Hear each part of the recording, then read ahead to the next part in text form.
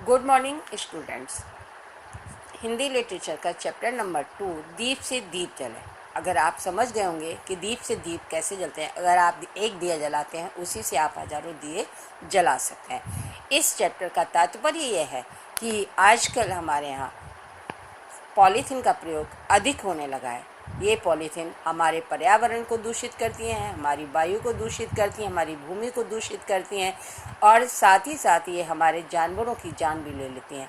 वो कैसे, ये देखिए इस चैप्टर में आपके इस बताया गया है कि पॉलीथीन ज़मीन में फेंक दीजिए तो सालों साल पड़ी रहती है लेकिन गलती नहीं है, जिससे वो हमारी ज़मीन को बंजर बना देती है, अर्थात अनुपजाऊ बना देती है।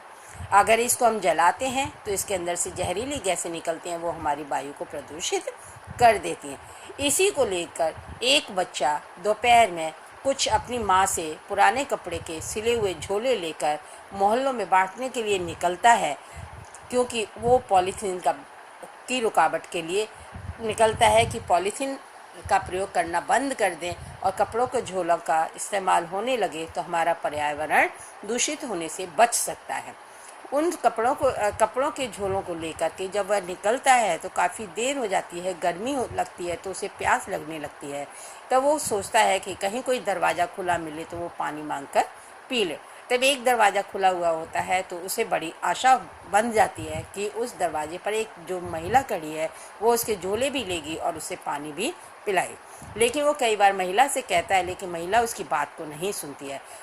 आखिरी समय पर जब वो फिर से महिला से कहता है तो उसके हाथ में मिले हुए झोलों को देख कर के वो सोचती है कि कुछ बेचने के लिए आया, तो वो कहती है कि नहीं, हम सारा सामान बाज़ार से खरीदते हैं, हम ऐसे कोई सामान नहीं लेते हैं।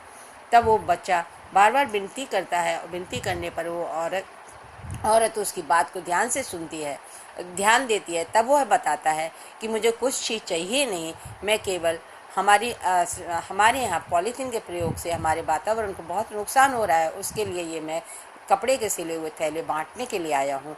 आप इन कपड़ों के थैलों को लेकर के इस्तेमाल करिए और साथ ही मुझे प्यास लगी है, मुझे पानी पिला दीजिए।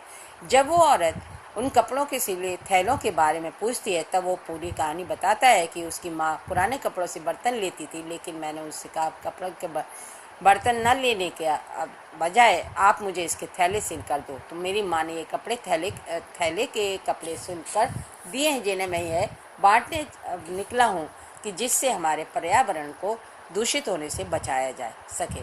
उसने उन पॉलीथीन के नुकसानों को, हानिकारक जो बातें थी वो उस महिला को बताई, जिससे वो भी बालक की बात से प्रभावित हुई और उसने भी निश्चय किया कि मैं भी आज से कपड़े के थैले बनाकर अपने अड़ोस पड़ोस और रिश्तेदारों को बांटूंगी, जिससे कि पॉलीथीन का प्रयोग करना बंद हो सके।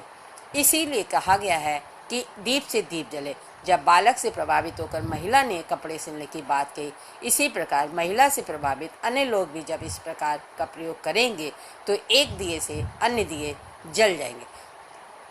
Thank you. और बच्चों, आपको भी मैं यही कहूँगी कि आप लोग भी अपने घर, अपने अड़ोस पड़ोस, अपने रिश्तेदारों से कहें कि वो पॉलीथीन का प्रयोग करना बंद कर दें।